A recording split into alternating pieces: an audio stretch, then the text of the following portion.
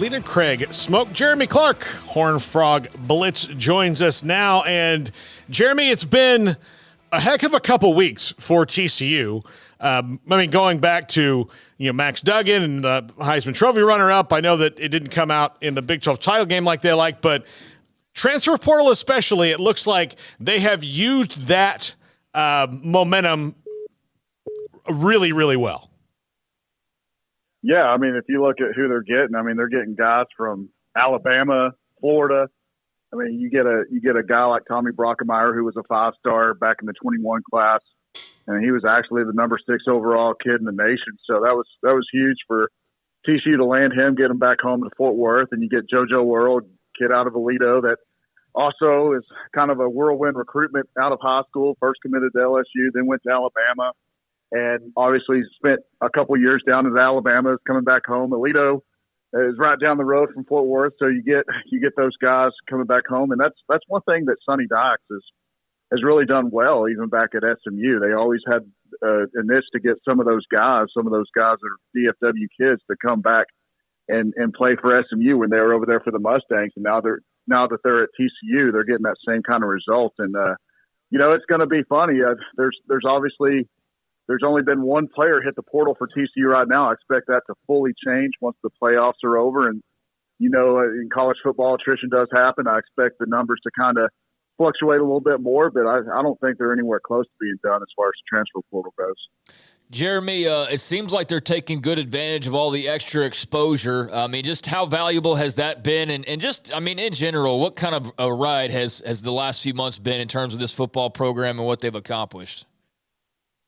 I've been around them since '05. You're talking to a guy that started with Rivals back in the day, and I've never experienced anything like this. It's to see the change so quickly.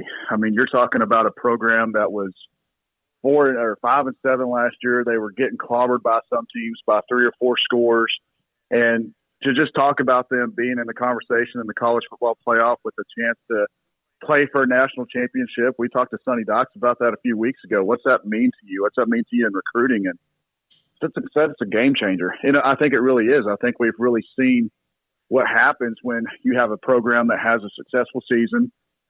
You've got a lot of publicity around not only the season that they're having. Obviously, they're known to come back in these games. Everyone was kind of rooting for them, even if you're not a TCU fan. If you're just a college football fan in general, people started watching TCU football just to see what was going to happen. And then the big story of the year started to become Max Duggan and what he's been able to accomplish, being the Davey O'Brien Award winner, Johnny Unitas Golden Arm Award winner, and then finishing second in the Heisman Trophy. You talk about all those things in just 1 year. And a year ago, TCU was trying to figure out how in the world do we replace a guy that built this program. You go to Fort Worth and see Amon Carter Stadium, or the fact that TCU's even in the Big 12, a lot of that has to do with Gary Patterson. So you had a lot of fans trying to figure out, man, is Sonny Dykes the right guy? Is he going to be able to replace Patterson? And so many questions evolving around that. But now you look at a year later, there's just no one could have predicted really where TCU is right now, except maybe if you got purple sunglasses at home and you bleed purple, or you're one of those players or coaches around the program. I don't think anyone really expected this to happen so quickly. Jeremy, I did notice that, with Max Duggan leaving, that they do have a spot open at quarterback. I know that Chandler Morris they feel good about him stepping in. Considering he won the job in the fall camp anyway before he got hurt, but they didn't take a quarterback yet in this class. Do you expect that to change over the next couple months? Yeah, and we talked to Sonny about that today at the signing day presser, and they're going to look at some quarterbacks. They're not going to look for anyone. I know the big question is, are they going to look for a guy that's going to come in and be the starter? I don't see that happening at all. Like you mentioned, Chandler is a very good quarterback. He won the starting job for a reason. He was great in fall camp. He was great in spring camp. So they're really comfortable with what Chandler Morris brings to the table. And unfortunately for him, he was injured against Colorado, and we all got to see the season Max Duggan had. But as far as just going out and getting one of these big name quarterbacks, I don't expect them to do that. And I know a lot of people mentioned Hudson Card and some other guys out there. I don't foresee them going after guys like that. I see them maybe if they have someone leave other than Chandler Morris, they've got Sam Jackson still there. They've got Josh Hoover that's still there. They've only got 3 scholarship quarterbacks, so I don't see a lot of turnover in that quarterback room. But if they do bring in a guy, I don't expect it to be a guy that's going to come in and compete with Chandler Morris for the starting job right away. Who do you think were the one or two most important groups in this, or one or two most important gets in this class? Well, I think you got to start at the top with Marcus Dill, the 4-star out of Garland, Naaman Forest. I mean, if you look at his recruitment early in the process, no one was really giving TCU a chance. And it was kind of funny when I had a chance to talk to him in January. He had never been on campus before, and he was just simply blown away with everything that he saw at TCU from the facilities. And he even mentioned the fact I didn't know something this nice was so close to home. And so he has a very close connection with his family. His dad's obviously a coach at Naaman Forest. And you're talking about a guy, and you guys being around Baylor, you guys know through the years how TCU and Baylor have started to compete more and more with these so-called blue blood programs that they're recruiting against. And they didn't beat a SMU or a North Texas or a UTEP, and I'm not talking bad about those programs, but I mean, you got to look at who they're competing against now. TCU beat out Texas and Georgia for this guy. You're talking about beating out the national champion Georgia Bulldogs for a recruit. That says something. So that was a huge gift for them defensively. I think he fits what Joe Gillespie does as a defensive coordinator perfectly. He's 6'4", 290. He's probably about 6'5", 290. They'll play him at nose, and he'll be a perfect fit for that defense. But offensively, I've got to go with Cordell Russell. I love that kid's game. I've known Cordell ever since he was a freshman in high school, and he's just progressively got better and better each year. He's right around 6'3", 6'4" now, weighs about 205, and the kid probably has about a 42-inch vertical. And the big thing about him is he's going to be an early enrollee.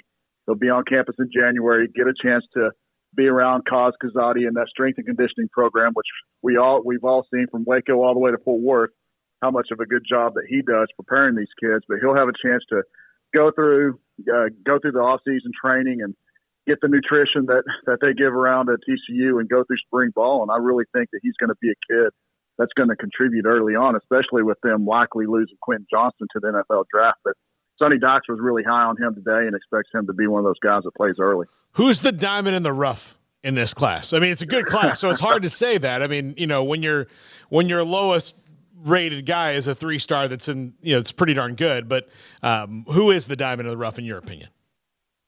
Yeah, that's a great point. I mean, this is a class that has 10 4-stars in it right now. So I think the guy that really no one has talked about a lot, just simply because he's not from Texas, is Max Carroll. He's out of Memphis, Tennessee. He's a 6'3", 215-pound kid. He played at Briarcrest Christian, and I asked him one time what position he played, and he said, "What positions do I not play?" I mean, the only position he really didn't play for them was on the offensive line. I mean, he's a guy that can line up at quarterback, running back, receiver, plays safety, plays linebacker. But at TCU, he's going to be a linebacker. And what I really love about this kid is if you look at what Joe Gillespie did at Tulsa, he took a Zaven Collins kid that was a 2-star quarterback and turned him into a first-round NFL linebacker. And when you talk about the type of ability that Max Carroll has, that same similarity comes about it. They start mentioning Zaven Collins and just the kind of athleticism he has. He's really never honed in on one position, but with him getting moved to linebacker once he gets to TCU, I think his body type, his speed, and his athleticism is really going to help him. I don't expect to see him play early on, really as a true freshman, since they've got basically all their linebackers coming back next year. But I think he's going to be a guy that will go through, get some good weight on him, get faster, and once he's a redshirt freshman, maybe redshirt sophomore, he's going to be a major contributor for them.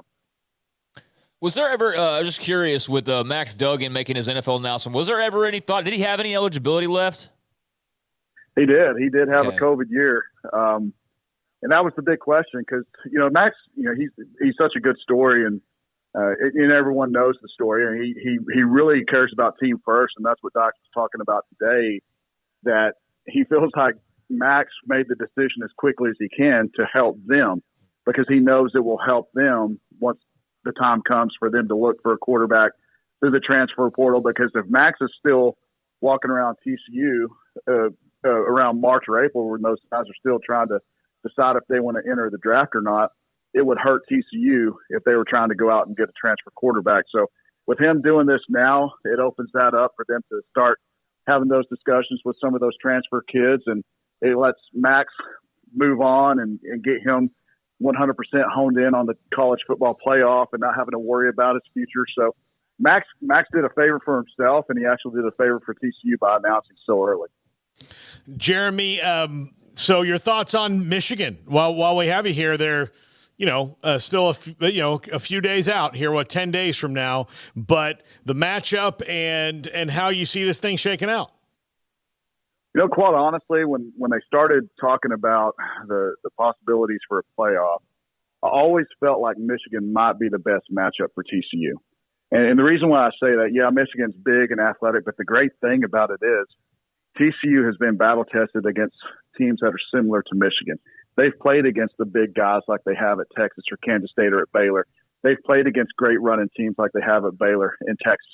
They've played against those quarterbacks that can not only throw but can run the football. They've played against good defensive teams like Kansas State and Baylor and Texas, teams that have 4- and 5-star talent. So as far as the matchup goes, I think TCU has fared well against similar teams this year. Now, I'm not saying any of those teams go out and beat Michigan. Michigan is a very good football team.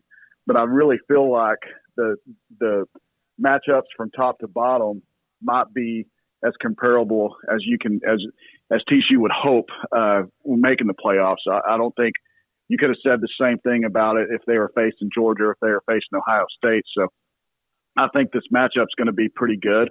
TCU's actually going to have some rest. I mean, you're talking about a team that didn't have a bye week since September 17th. They played 11 straight weeks, and they were worn out by the end of the year. I mean, they're getting a chance to get healthy now. They will be 100% going into that game against Michigan. And I really feel like, I'm not going to predict a win for them or anything like that, but I really feel that TCU's going to play a lot better than a lot of experts predict. I mean, I remember covering this team back in 2010 when everyone was talking about how Wisconsin was going to roll over TCU in the Rose Bowl, and we all saw how that ended up being for TCU. So I see that TCU's going to go out there and give it their all, and I wouldn't be surprised if they did pull off an upset win. I mean, it's just one of those.